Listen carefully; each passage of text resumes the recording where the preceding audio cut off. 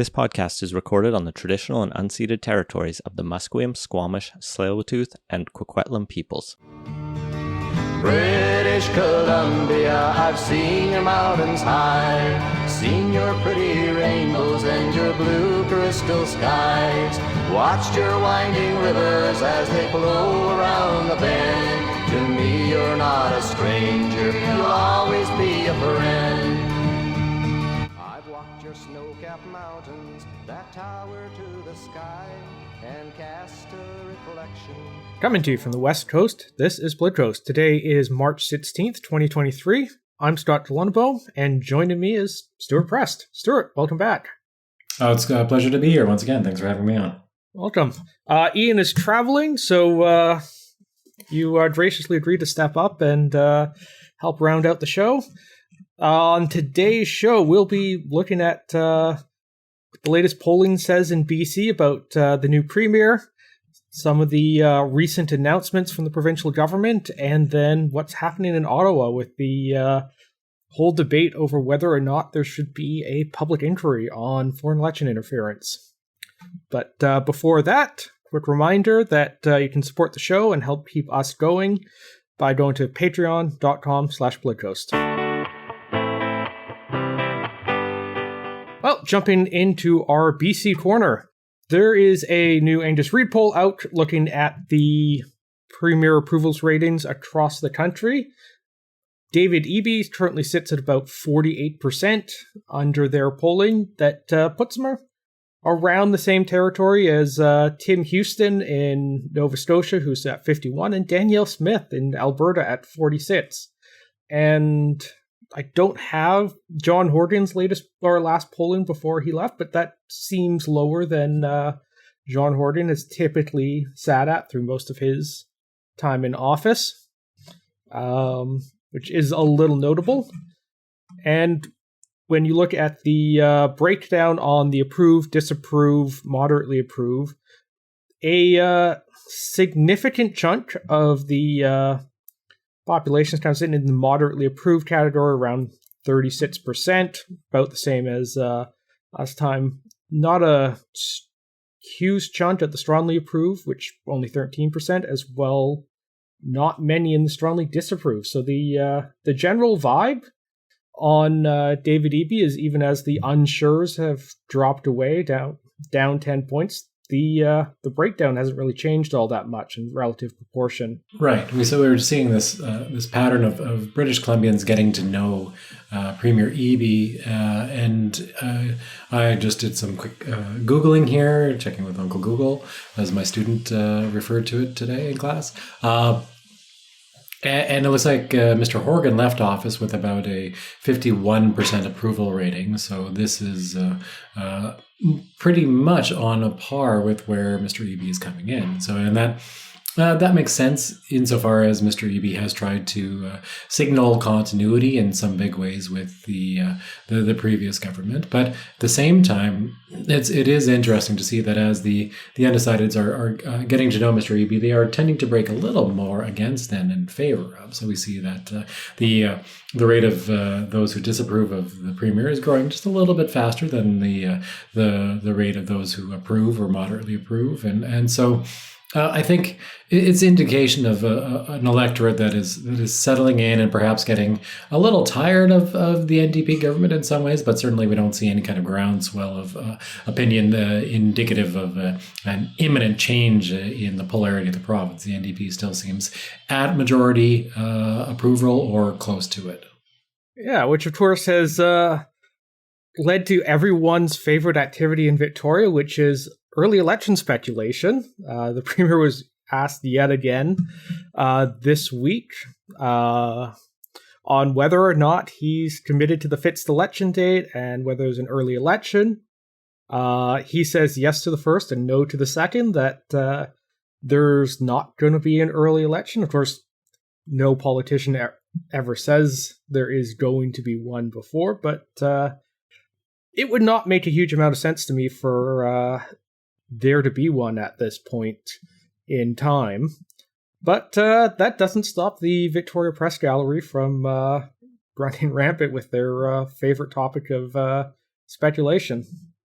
Yeah, and we have heard some of that speculation at times from the opposition as well. I think it serves the opposition's interest to suggest that an election may be imminent. It helps with fundraising. It helps keep minds sharp and folks with their eye on the prize to think that this all could come to an end and they'll be back on the hustings any moment now. But I think in terms of the actual evidence, the only concrete evidence that I have heard that suggests that the government would be thinking of that is the ramping up of advertising campaigns, radio spots from the NDP caucus and so on, really particularly focusing on the premier. And I think that is out there, but I think that is much more easily explained by that idea of we were just discussing Mr. Eby having to introduce himself to the province as premier. He's known to those who watch politics closely as the former Attorney General and the Minister for Everything of the Horgan time in office, but now he's the face of this government, and so that's a different role. It's a much more high profile role, and so it makes sense that the party would want to get those ads out now to try to set that narrative now to help British Columbians understand how to view this new leader. And so I think those ads are easily explainable from that perspective. And beyond that, the only thing we're hearing in terms of the speculation is speculation that, well, they're close to majority support, so they pulled the trigger before, why not now? And I can think of a lot of reasons why not now. Yeah, I mean, most obviously is that this time they have a majority government, so they don't actually have anything to gain by going to the polls. They're probably, if anything, would maybe lose one or two of the edge seats they picked up last time on that, because the gap isn't quite as big, I don't think, as for foreign vote intention. And just why risk changing things when you have a solid majority government? There's no internal pressure from the caucus, really, that's seeping out on anything, and we can just keep governing, which seems to be what David Eby actually wants to do, rather than spend his time running around the province trying to get votes. And yeah, they'll probably win this election if they were to call it right now, but what would be the point? Best case scenario, they have another majority government, but that means the end of that one is now a year or two earlier than it would be otherwise. Right. So the end result might be reducing the overall NDP time in office. Every government has a best before date, and so there will be a time when the NDP likely loses an election. And if you call this election, even if you win it, just as you say, you may then lose the next one, which becomes that much earlier. But beyond that, I think there is the sense, just as you mentioned, I think if you look at Mr. Eby as a leader, it's pretty clear what gets him out of bed. What fires him up is not being out there campaigning and trying to win votes. He is there to try to use the power of government to try to introduce changes in the province. And if you agree with the direction of the province, you'll say that's a good idea. And if not, then you'll be waiting for that next election. But he is there to use the power of the government as it is currently available to him, and then to go at the time that is currently scheduled to make the case on the basis of what he has done as leader since Mr. Horgan left the stage, to say this is why I should be returned to office. He doesn't live to campaign as we see some more retail-oriented politicians. That's not his thing, I don't think. No, it's definitely not the vibe he gives off. So yeah, the press, I'm sure, will continue to speculate. I expect we'll have some version of this question asked in another couple of weeks, and the answer is probably going to be the same then, and we'll just have to go through it, because that is just the nature of a bunch of reporters hanging around the ledge all the time, needing something to talk about, I guess. That's right. And beyond all the arguments in terms of the political calculations, there is the fact that this government has now been unambiguous, saying there will be an election in 2024 and not before. So to break that crystal clear promise, it's not like they said, Mr. Eby hasn't said, I'm focused on the job in front of me right now, or I have no intention at this moment to go on election. It was pretty unambiguous. So to wait on the election is a moment to say promise made, promise kept, and to do otherwise is to go to the polls having broken one of your very first promises to the electorate. And just in general, there's there's a sense that if you step into the docket and invite the judgment of the population, you should not be surprised when it comes against you good and hard. I mean, that's what happened to John Turner, and it happened to other leaders along the way. It's a gamble, and sometimes gambles go wrong. And I don't think we have any sense from Mr. Eby and the NDP that they're interested in that kind of gamble. Yeah, because what was it? Peterson in Ontario back in the day went into an election with a pretty solid footing and ended up losing his government as a result. And yeah, you never know what a campaign's actually going to bring. So why roll the dice when you don't have to? Yep, pretty much. Well, one of the things the NDP is doing between elections is approving new LNG projects. So this week it was announced that the Cedar LNG up near Kitimat, BC, has received its environmental approval. So yeah, this $3 billion project located up near Kitimat, it's powered by hydroelectricity, but is going to be a major natural gas export facility, and it's going to be connected up to the somewhat controversial Coastal GasLink pipeline on there. This was announced concurrently with some new policy regarding an energy framework to cap emissions in BC that's going to require all proposed LNG facilities entering into the environmental assessment process to pass an emissions test with a credible plan to be net zero by 2030, and puts in place regulatory caps on the sector. So this is an interesting file in all sorts of ways. It continues to be evidence of the NDP's commitment to a sort of Goldilocks approach to environmental action, where on the one hand, they introduce a variety of incentives and so on through the Clean BC program. There is a maintenance of the carbon tax to try to keep the net growth of emissions in the province in check, and yet at the same time continues to pursue a strategy of job creation through the support for LNG facilities. And so you see how it is an issue where they may see an advantage over, say, the BC Liberals, where the BC Liberals are unlikely to be stronger advocates for environmental stewardship and be against a pipeline. They would say, why not more faster pipelines? And as long as the Greens don't seem to be mounting any serious challenge, then the NDP has this free room to maneuver. But we do know, just in terms of the calculations of trying to reduce the overall growth of carbon emissions is starting to bend that curve downward.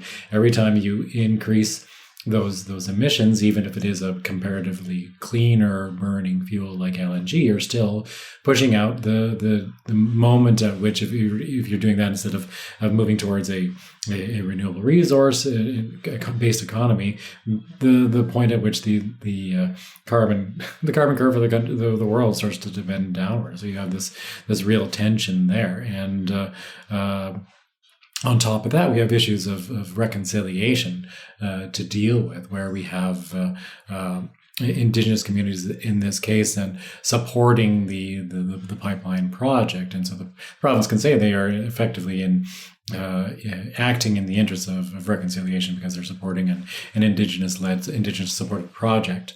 But that would still be in some ways controversial.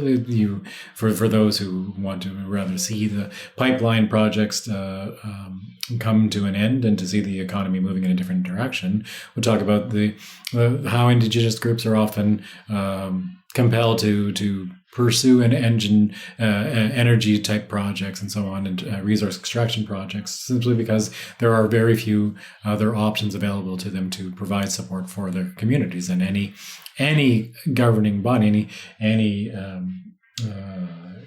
community leadership has to ensure that they're able to provide for the economic interests of their people. And so you have all these different interrelated tensions on these types of issues. And so it is a fascinating one to watch, and it's the kind of decision that is going to leave a whole host of people disappointed for one reason or another. Yeah, I don't think the NDP's managed to have an LNG decision that has been universally praised. Yet, because it is one of those really tough files where not everyone is going to be happy, and this being Indigenous owned and led really can't be underemphasized as part of the dynamic on all of this, and it's going to put a lot of cross-cutting pressures on the NDP's coalition on all of this, and we've seen something similar happen with Fairy Creek over the past couple years regarding the logging there. But yeah, a lot of Indigenous nations are looking at how can they develop and provide for their communities and nations. And like a lot of BC's economic history, that path partly goes through resource development, and particularly once you get away from the major cities, that is really the economic path to prosperity, because you're not going to be setting up, say, a manufacturing facility in Kitimat of any real scale, because there's a whole bunch of other factors that don't lend towards being that practical a path for development. But there will also definitely be a cohort that will look at this and see this is part of the path of reconciliation, and having a bunch of people in a far-off provincial capital tell them, no, you can't invest in your community and pursue economic development is also not great.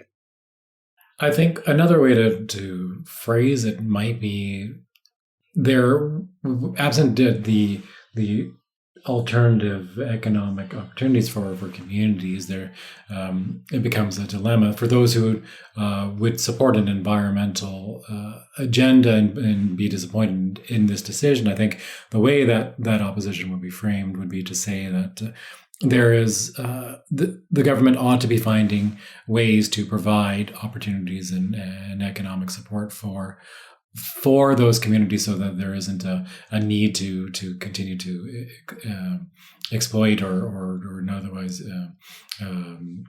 damage the natural environment. And I think it's easier said than done. Well, it's easier said than done, and it does come up against an issue of independence, of self-governance, where if it is a government funded community, we can see how that can fall down, creating cycles of dependency, and so to try to really take reconciliation seriously, I think, means really taking seriously the idea of finding ways to empower communities to find ways to govern themselves and to develop in the manner of their own choosing, and that has to be part of a larger conversation regarding things like environmental impact, but also self-governance. So you have to take seriously that concept of self-governance, and I think it's something that we still struggle with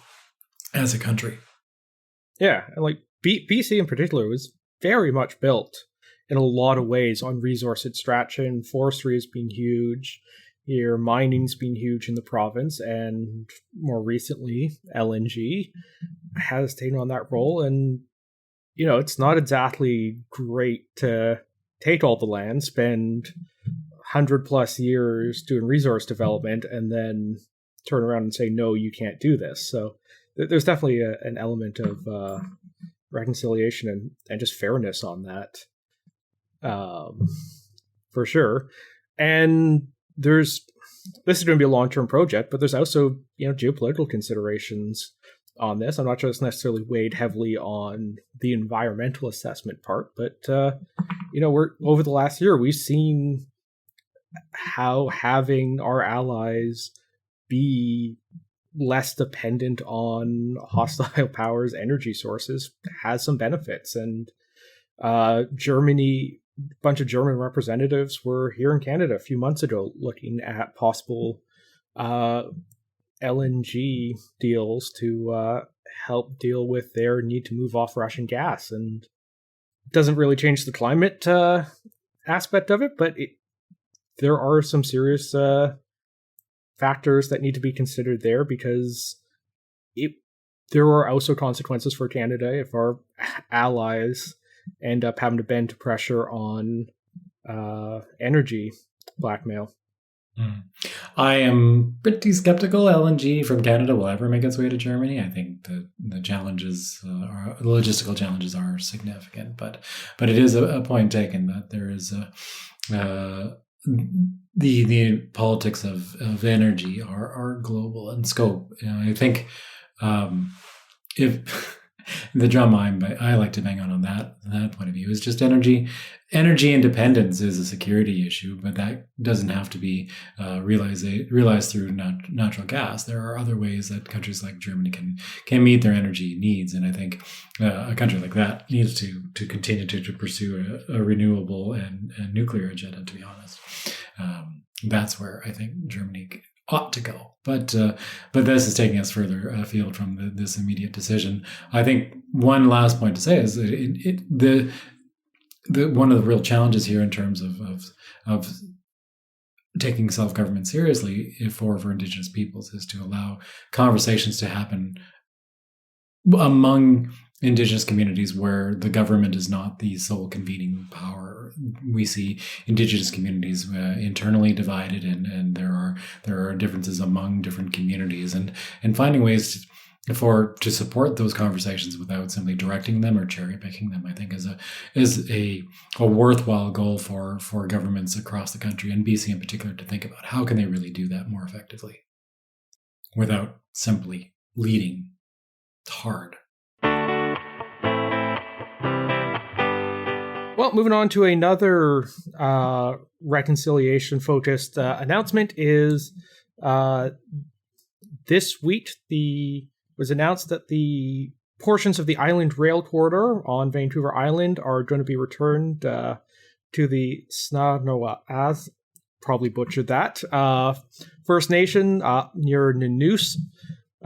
This is a portion of the defunct rail corridor that used to have train service running up and down the island. I believe that closed around 2011, and since then there has been legal action taken by the First Nation to recover their portions of their land from this disused rail track. The courts basically said if you're not using it, it does need to go back. And at this point, there has not been enough progress towards actually regaining the use of the corridors, and therefore the lands are reverting.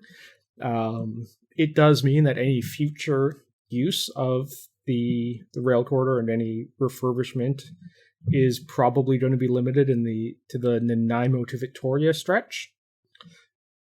That said, that's probably the most useful section still, although significant work would need to be done in order to bring that up to a serviceable condition. The rail line actually got shut down in large part because it was not maintained in a good enough state to use. Well, this is another environment and reconciliation cross-cutting issue to an extent, although I think it makes it pretty clear that sometimes it's not hard for the government simply to find a way to do the right thing when it comes to recognizing Indigenous land claims. And so we do see that the Snarnoas First Nation has been successful in making this claim, and there may yet be interest in developing it in cooperation with the British Columbia government. But again, taking a step back and allowing this process of returning land, of rendering land back, is something that we can act on, and we can do fairly quickly when we put our mind to it. It shouldn't always have to go to a court process like we saw in this case. There is an opportunity for the BC government, I think, to be much more assertive or even aggressive in simply resolving these issues. You can see what the right thing is to do when the land is when there are obvious land claims simply acknowledging that and moving on. It makes, I think it's a more satisfying thing for us to be doing than simply saying land acknowledgements and not really seeing anything else happen after we acknowledge the unceded nature of the land, just to continue on as if nothing else has changed. I think this is more substantive. And I think rail aficionados will be sad to see this not turn back into a railway line. But as you say, it is lack of demand was one reason why it declined. And I think this is another area in which it would be great for the BC government to find ways to support mass transit, but this need not be part of that particular solution. Yeah. So from my understanding, it's probably unlikely that after the land has been transferred, it's going to have a future use at any point as a rail corridor. I was chatting with a friend who's done some consulting, planning, and economic development consulting work around there, and what he was saying is that the corridor caused significant headaches due to how it bisected the Sanoanas lands there. So it's unlikely that they would want to necessarily bring it back into rail use. But that's their prerogative too. Yes, exactly. Nevertheless, it hopefully we can see the rest of the line get refurbished and used. It's noted in the CBC article that this is actually one of the strongest corridors in the province for rail use on there. So, yeah, hopefully, but it's going to be the case where a lot of work is needed, and there's been mixed feelings, to say the least, about actually investing the amount of money needed to restart that. And multiple governments have looked at that. No one's really moved the ball forward. So, yeah, absent that, land's better used elsewhere, and it advances reconciliation. More power to them. And final note from BC is the government has announced they're extending their outdoor patio permitting licenses. This was the pandemic era measure. They're continuing the program of that. The temporary expanded service areas will through till December 31st, 2024. At some point, they should just make the thing permanent on there. But good. Nice to see. It's a little shame it took the pandemic to bring this around, but it has notably improved the quality of life in a lot of cities and just the quality of the outdoor spaces. And it would be good to see that. It's good to see this announcement, and hopefully it has even more long-term benefits afterwards, and that deadline is once again extended out. Mm-hmm. Been nice to see that at least one nice legacy has endured from the pandemic.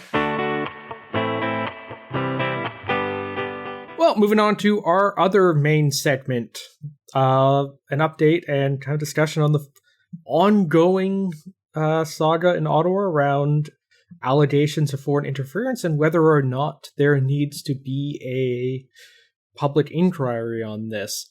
So last week it was announced that there was going to be a special rapporteur. Some of that I think will strike most Canadians as I've never heard of that before.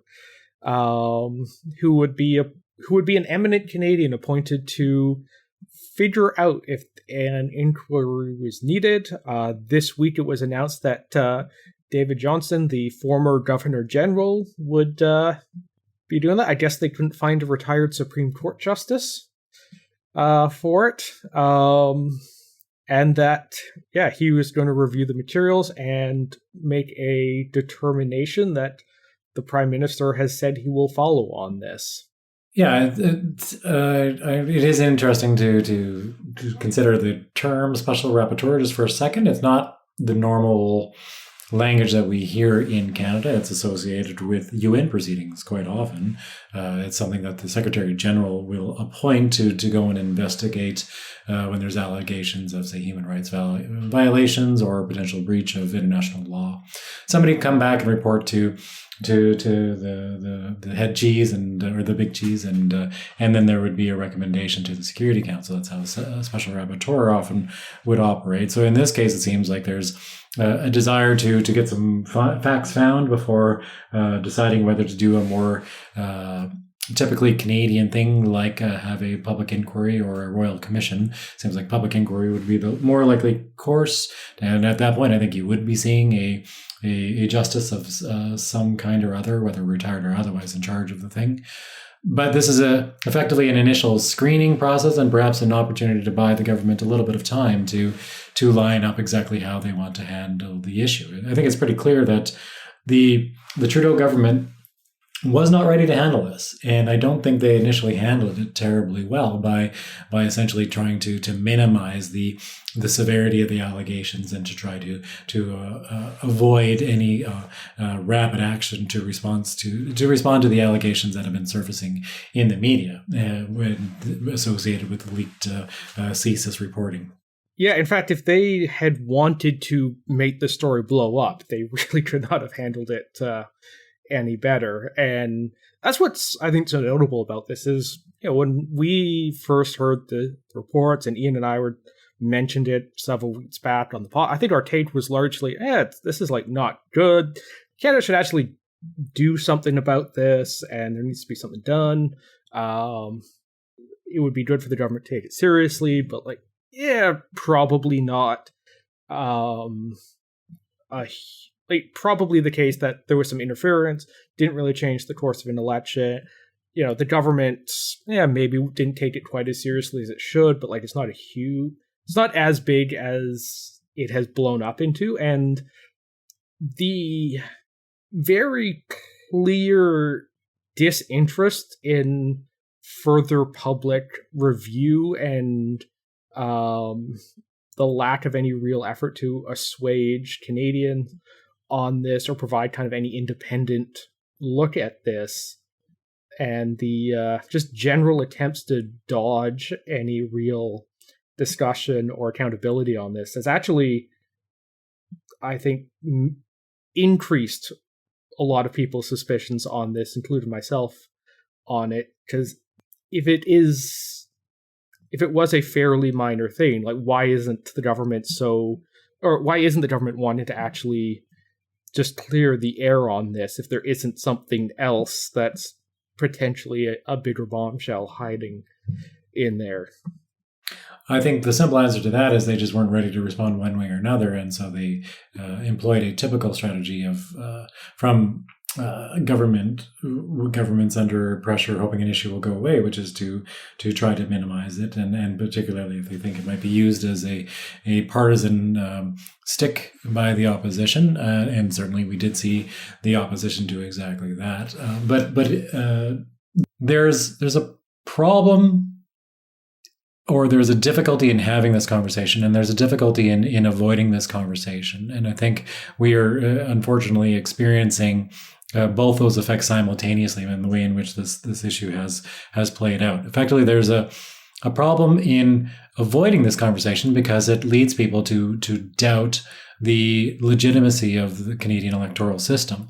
If you think that your government maybe was elected, not definitively, but even in part through the support of a foreign actor, then you may come to doubt both the authenticity of the legitimacy of that election and also the actions of that government. It can be a way to taint the way in which people view government, and that would be the same as if there is some sort of interference or inappropriate activity by another domestic actor. But when it's a foreign government, then it is something that is clearly outside the polity. It is outside the community that is supposed to be represented by that government. And making this even more complicated, that it may not be illegal, but it is certainly seen as being undemocratic and inappropriate. And so not talking about that just erodes our trust in democracy.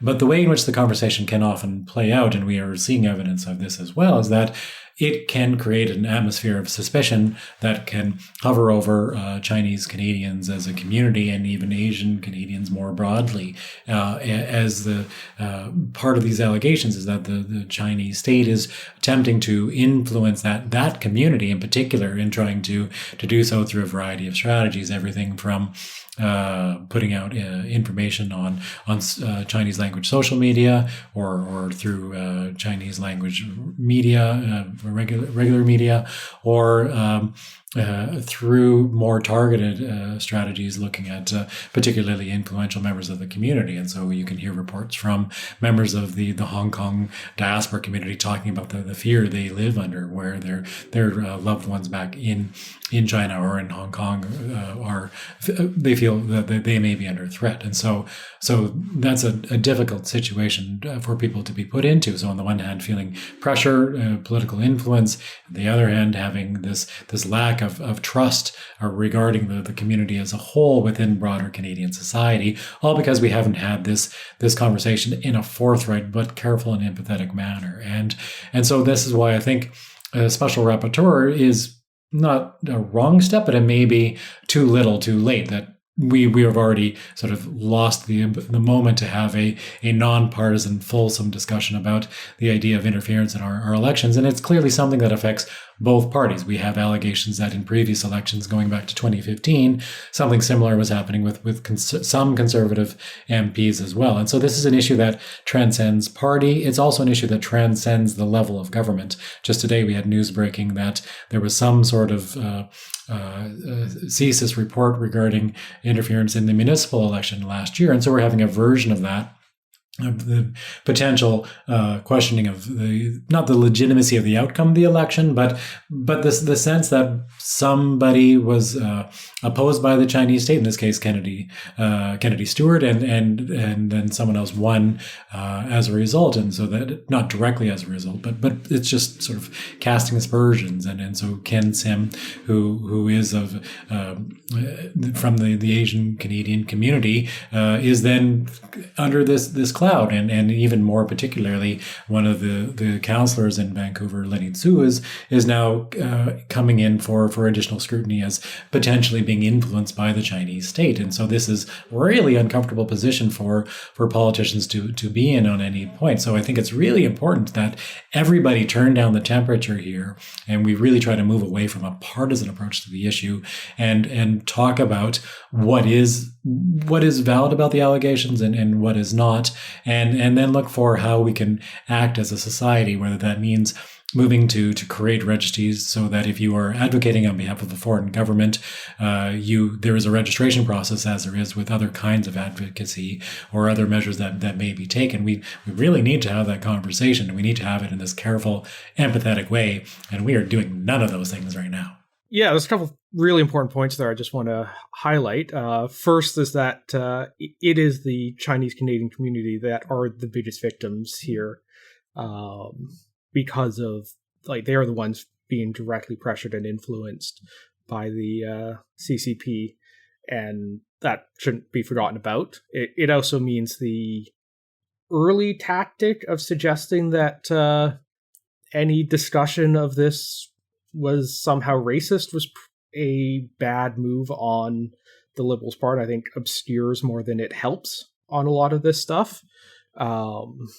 You can obviously have cases where communities are brought under suspicion, but seeing as they are also the ones who are most affected and have been for a long time, asking for more support from the government on dealing with those sorts of threats of their towards them and attempts to influence them. There's definitely a need to take that very seriously and recognize that. And yeah, the other thing is that this is the real danger here. I don't think is necessarily any particular election outcome on this. Maybe a seat or two flipped, and that shouldn't happen. But some of the very marginal seats that changed hands. It's not good, but like the overall election outcome is not meaningfully different than it probably would have been absent the alleged activities that had been undertaken here. But the real long-term danger is that it undermines Canadians' confidence in democracy and our system. And that is where there really does need to be this very clear and transparent ways to like get to the bottom of this, find out what needs to change, and just kind of reassure Canadians. And unfortunately, the way the government has handled it so far has been pretty much to do the exact opposite of that, and not come out quickly with decisive action to say, yeah, we're taking this seriously. We're going to get to the bottom of this, and we're going to make important changes right away. What has been communicated by them through the various statements and perhaps more importantly, their actions throughout all of this, such as efforts to block the PM's chief of staff from being called before parliamentary committee to provide testimony on this, is that it looks like the government doesn't want to talk about this and isn't wanting to actually seriously look at the issue and address any of the concerns. And the real problem with that isn't that, okay, next election we probably won't patch the problems with some of our political donation laws to deal with the issue that has been highlighted here. The real problem is that it contributes to this undermining of our institutions and whatnot, and that is, if anything, far more corrosive than the fact that some money may have been inappropriately funneled to a few candidates. Still bad, but like the much greater long-term danger is this contributes to that loss of faith in our elections and our democracy. And that is something that the PM's position really gives them, I think, a much greater responsibility than any of the other players in this, although all the players need to be responsible in how they handle it. But the PM in particular, just being in that leadership position, very much needs to convey a sense of institutional legitimacy on all of this, and that the apparatus of the government is doing everything it can to maintain and make sure things are working the way they need to work. And that just hasn't come through at all. Yeah, the Prime Minister is the primary mover here. Mr. Trudeau has to do something, and he's really the only one who can initiate that process. And I wouldn't let the opposition off the hook by any means. I don't think Mr. Poilievre's approach here by finding reasons to call former Harper appointee, former Governor General David Johnston, a Liberal hack is, I don't think, a great approach either. That's a bit of a stretch, but bit of a reach. But yeah, that said, there are some, I think, legitimate concerns there, or maybe legitimate concerns isn't quite the right term. So yeah, like I don't think he's a partisan hack. There's very little evidence of that at all.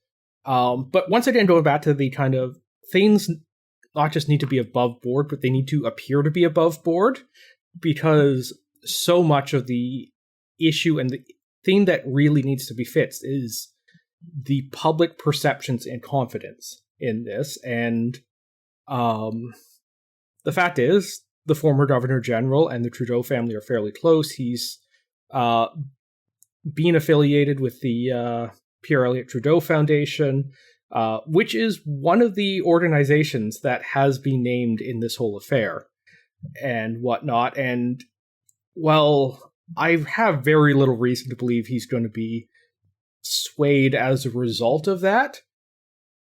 There shouldn't even be the question out there. And in that respect, it was yet another mishandling of this whole affair by the PM. I think it was an impossible job. I think Mr. Johnson would have done himself a favor by declining the invitation. I don't think anyone would have been able to do fulfill the role. I think even if they had appointed, let's say Ben Harper agreed to do it, they would find a tie between Ben Harper and the Liberal Party. I think it's a thankless, impossible job because it is attempting to avoid the inevitable, which is a fulsome inquiry into this. Into the issue, one that is nonpartisan, that is beyond the control of either the opposition or the PMO, and such a thing is maybe very difficult to arrange, but a public inquiry is the closest we're going to get to that. And even then, I wouldn't be surprised if we start to hear about the allegations of connections between the justice appointed and in one side or another. It's a polarized environment, and so. Once you get into that situation, it's hard to get yourself out of. And I think it's another reason why delaying action is simply going to make it harder to take once the government convinces itself of the need to do so. Yeah, like that's the thing that strikes me about all this is like there really does seem to be only one end to this, which is some form of a full-on public process on this. And, maybe it's probably not going to be a public process that involves, say, the release of the underlying intelligence or something, but something that is very, like, nonpartisan, transparent, as it can be under the circumstances and everything. And it eventually is going to have to get there just to deal with the basic public perception issues and confidence of the Canadian public issues that we've talked about. And the longer this drags out, the worse it is for all of that. The harder it becomes to actually fix those issues because it has had a chance to linger. The worse the Prime Minister and everyone looks on this. And it just seems like bad strategy to drag out the inevitable rather than just trying to get to the obvious endpoint as quickly as possible and save everyone both the headache and the continual daily bleeding on the part of the government. Anything else? I think it's going to get worse before it gets better. I think we are in a difficult conversation, and it's going to be a new reality. I think the Chinese state is not doing itself any favors here. That's worth saying as well. And they are not doing their own people any favors. They're not doing Chinese Canadians any favors by creating this atmosphere of distrust and mistrust in the pursuit of narrow short-term influence. They are doing significant, lasting, perhaps irreversible damage to their reputation in every country that they are trying to develop a working and influential relationship with. And I don't think that ends well. We have seen other superpowers try to do that over time.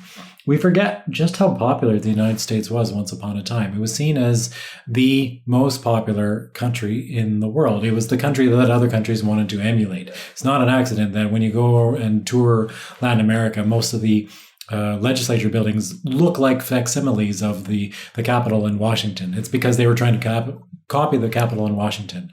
And that is just...